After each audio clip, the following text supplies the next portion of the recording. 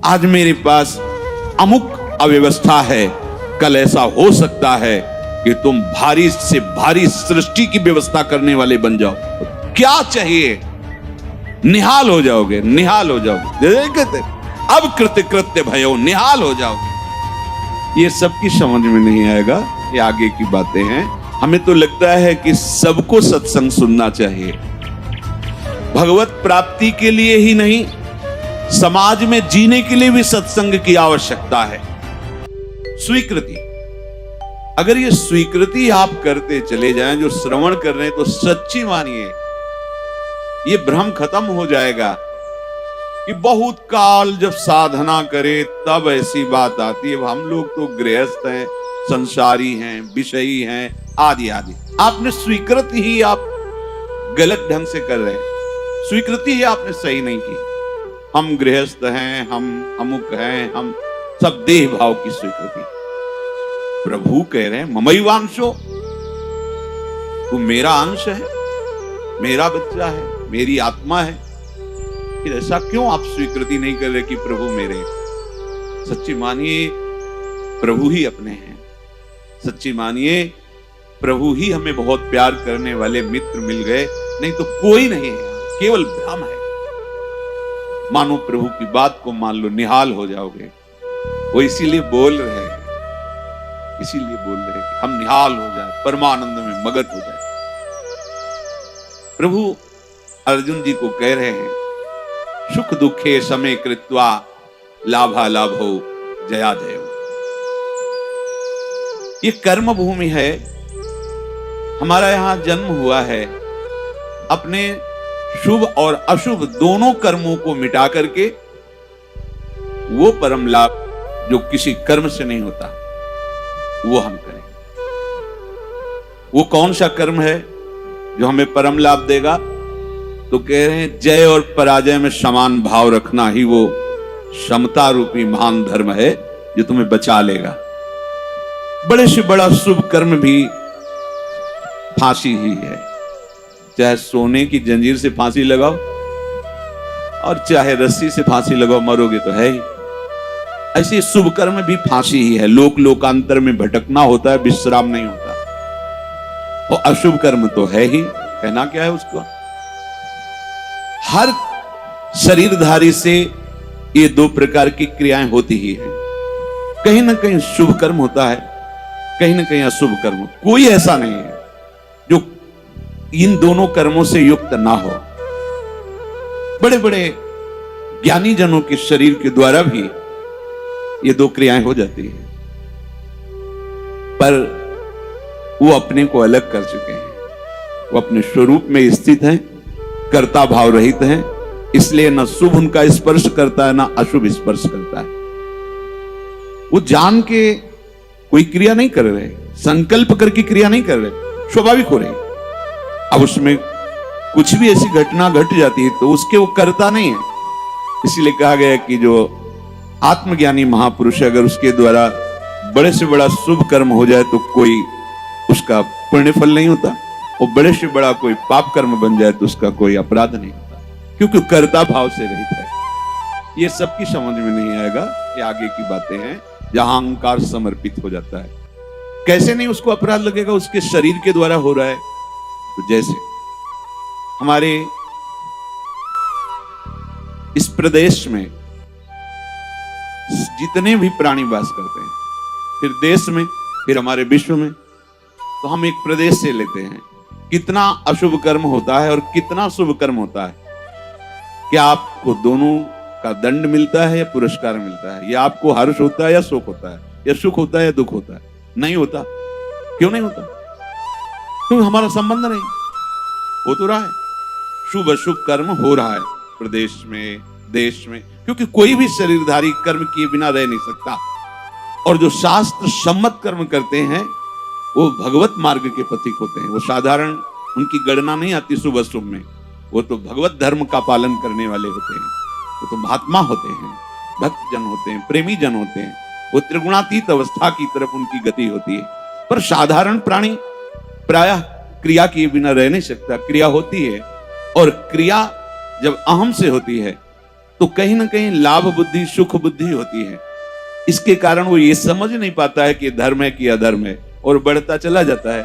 कहीं खूब पापाचरण होते हैं, कभी कोई संयोग बन गया तो पुण्याचरण भी होते हैं। लेकिन आपको क्या फर्क पड़ता है? पूरे विश्व में दोनों प्रकार के कर्म हो रहे हैं, आपको क्या फर्क पड़ता है? कुछ नहीं। क्यों? क्योंकि उसका हमारा कोई संबंध ही नहीं है। समझ लीजिए। तो ऐसे ही विश्व का एक ये नमूना है, स्थूल शरीर, सूक्ष्म शरीर और कारण शरीर। जो भगवत तत्व के ज्ञाता महापुरुष जन होते हैं, बिल्कुल जैसे तुम्हारा प्रदेश के शुभ अशुभ कर्म से कोई संबंध ना होने के कारण न हर्ष है, न शोक है, न दंड है, न पुरस्कार है, ऐसे ही इस शरीर के द्वारा हुए शुभ अशुभ कर्म उसे बांध नहीं सकते। जिसने अपने स्वरूप को अलग करके इनसे संबंध त्याग कर दिया। हमें हर्ष शोक दूसरे की क्रियाओं से इसलिए नहीं होता कि हमारा संबंध नहीं। ठीक ऐसे इस शरीर से जब ज्ञान प्राप्त हो जाता है, तो बिल्कुल जैसे भगवान ने कहा कि पुराना वस्त्र त्याग कर नए वस्त्र को धारण करते। सांप ने केचुल छोड़ दी, कोई संबंध नहीं। पुराना वस्त्र फेंक दिया, उसे कोई जला दे, कोई कुछ करे, कोई संबंध नहीं। वो उत्तम जगह में रखा जाए या अधम जगह में, कोई संपर्क नहीं रहता। ये देहाभिमान होने के कारण, देह भाव होने के कारण हमें अपने कर्मों का भोगना पड़ता है। अब हमको जो भगवान उपदेश कर रहे हैं कि इस कर्म जाल से कैसे मुक्त होना है, क्योंकि अवश्य में भोक्तव्यम कृतम कर्म शुभाशुभम, भगवत वाणी, भोगना पड़ेगा निश्चित। अब कोई ऐसा उपाय जो हम इन कर्मों के जाल से मुक्त हो सके। भगवान कह रहे हैं कि जो भी आपके द्वारा हो रहा है, पहली बात तो जो कर्म हो रहा है वो प्रमाणित होना चाहिए, गुरुजनों के द्वारा शास्त्र सम्मत। मनमानी आचरणों की यहां चर्चा नहीं। यहां जो है तस्मात् शास्त्रम प्रमाणम ते, आपका कोई भी कार्य बिना प्रमाण वाला नहीं होना चाहिए, मनमानी नहीं होना चाहिए। उसका प्रमाण किसी संत ने कहा है, आचार्य ने कहा है, गुरुदेव ने कहा है, भक्तों ने ऐसा कहा है, ऐसा हमारे बुजुर्गों ने कहा है, यह प्रमाणित होना चाहिए। अब उस कर्म का अनुष्ठान करते समय हमारे हृदय में लाभ की विशेष आकांक्षा होती है, उस कर्म की सफलता की विशेष आकांक्षा होती है। अगर आप प्रभु की इस वाणी को नहीं मानेंगे तो बहुत धोखा हो जाएगा हमसे, बहुत गलती हो जाएगी। जैसे जिसको लगता हो कि ये सुख दुख समय कृत्वा लाभा लाभो जया जयो, ये तो केवल विरक्तों के लिए भगवान कह रहे हैं, ऐसा नहीं। देखो सबको लाभ इसमें है। एक विद्यार्थी है, वो विद्या अध्ययन करता है पास होने के लिए, पूरा प्रयास करता है। किसी कारणों से, खेल में ज्यादा बुद्धि होने से, प्रमाद बुद्धि होने से, या प्रयासरत है उतना मानसिक प्रबलता ना होने से चूक हो गई, उत्तर नहीं दे पाया और परीक्षा में फेल हो गया। अब ये सूत्र उसको पता नहीं है, न घर वालों को पता है। अब उसे बोलते हैं कि इतना रुपया लगाया, इतनी फीस भरी और तू फेल हो गया। मानसिक उसके ऊपर दबाव डालते हैं।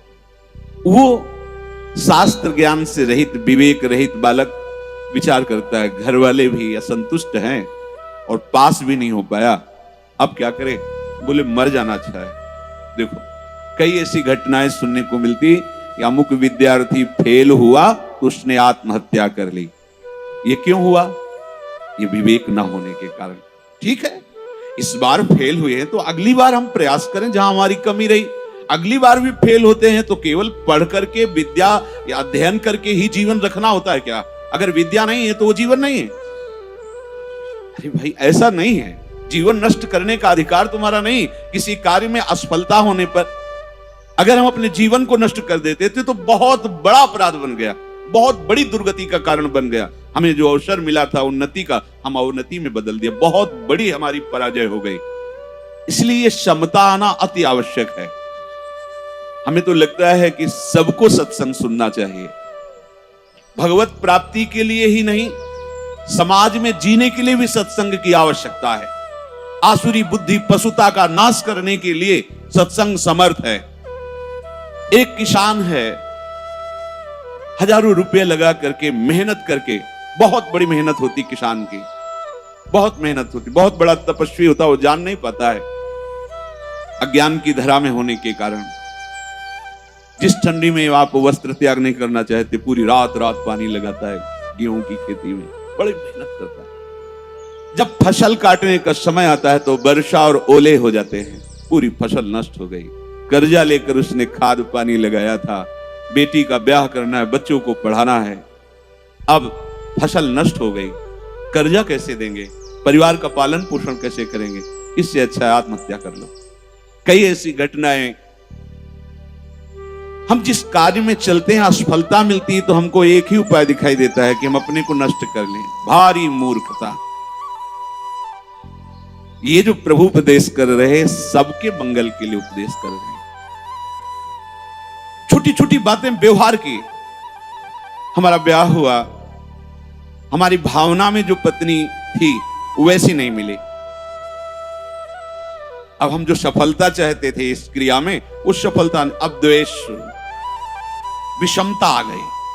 कैसे कैसे पापाचरण होने लगते हैं, कैसे कैसे पीछे कितनी ऐसी घटनाएं सुनने को मिली। राक्षसी बुद्धि। ये केवल बैरागियों के लिए, विरक्तों के लिए, संतों के लिए प्रवचन होता है, ऐसी बात नहीं। ये सत्संग ऐसी मति बना देगा कि आप समाज में रहते हुए भी बड़े आनंद पूर्वक सबको आनंद प्रदान करने वाले बन जाएंगे। ये जो जय और पराजय का, लाभ और हानि का, सुख और दुख का हमारे ऊपर प्रभाव पड़ता है, जब तक हम नाम जप करके अपनी बुद्धि को पवित्र करके समता में नहीं लाएंगे तब तक बात बनने वाली नहीं। जगह जगह आप देखो, जगह जगह जहां कोई हारता है तहां वो निराशा अपने ऊपर ले आता है। हारना जीत का एक संकेत है। ऐसा मत समझो कि हारना पतन का संकेत है, नहीं। जो उत्साह संपन्न है, जो विवेकवान है, वो देखते हैं कि मैं कहां से हारा, कौन सा वो बिंदु है जहां मैंने चूक कर गया। विवेकवान तुरंत उसे संभालते हैं, आगे चलते हैं। फिर हार होती तो फिर हमें आगे बढ़ना है, ना कि हमें शरीर नष्ट कर देना है, ना कि हमें इतना चिंतन बिगाड़ लेना कि डिप्रेशन में पहुंच जाए। हर परिस्थिति हमारे कर्म के अनुसार रची गई है। अब हमको संभालना होगा, उस कर्म के प्रवाह में बहकर हमें नष्ट नहीं होना है। इसलिए भगवान यहाँ के ततो युद्धाय युज्यस्व। तुम अपने कर्तव्य कर्म करने के लिए कमर कस के खड़े हो, उत्साह संपन्न बनो, तुम्हें बिल्कुल पाप नहीं लगेगा। नैवम पापम अवाप्स्यसि। बस तुम एक काम कर लो, जय पराजय में समान भाव लाओ। जो आपने माना हुआ लाभ है, अगर हमारा पूर्ण नहीं हो रहा है तो हमें निराश नहीं होना। इस बार हमारा व्यापार सफल नहीं हुआ, इस बार अध्ययन हमारा ठीक नहीं हुआ, इस बार कृषि में हमें कमजोरी, अन्न की प्राप्ति नहीं हो पाई, हमारी खेती कमजोर हो गई, कुछ भी, कहीं भी, कैसे भी निराश नहीं होना। रात है तो दिन आएगा, आप धैर्य रखिए, प्रकाश होगा। अंधकार में उबिए नहीं और प्रकाश में फूलिए नहीं। अभिमान मत कीजिए, अंधकार आने वाला है। इसलिए सम, भगवान कह रहे समय कृत्वा, ये बहुत बड़ी विद्या है। अगर कोई कहे निकुंज में जाने के लिए इसकी क्या आवश्यकता है, तो कृपा प्रकरण में पढ़ कर देखिए, तीसरे दोहे में, शत्रु मित्र समझानी सम, मान मान अपमान सम, दुख सुख लाभ नहानि। यह जो कृपा, वही प्रभु कह रहे, सुख दुखे समय कृत्वा लाभा लाभो जया जय। इसको धारण कीजिए। छोटी छोटी सी अनुकूलता में बाधा पड़ने पर हम दुखी हो जाते हैं, हम विक्षिप्त होने लगते हैं, हम बहुत बड़े लाभ का त्याग कर देते हैं। छोटी सी मनोनुकूल वृत्ति के विरोध होने पर, जबकि वो महामंगल विधान है, आपको समझ में नहीं आ रहा, आप इतने असंतुष्ट हो जाते हैं, इतने हार जाते हैं, इतने निराश हो जाते हैं कि परम लाभ का मार्ग ही छोड़ दिया। ये जरूरी है, जरूरी है। जैसे ये उपदेश जब होते हैं तो प्रश्न भी होते हैं कि कब तक सहें, कब तक सहें? जब तक भगवत प्राप्ति नहीं हो जाती, जब तक भगवत साक्षात्कार नहीं हो जाता, तब तक आप सहो। सहत सहत बाढ़े भगति।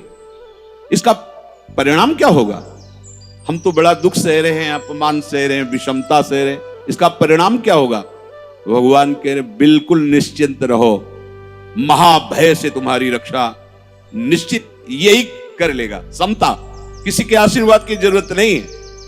ऐसा ते विहिता सांख्ये बुद्धिर्योगे त्विमां शृणु बुद्ध्या युक्तो यया पार्थ कर्म बंधम प्रहास्यसि संतुष्टायेन केनवा।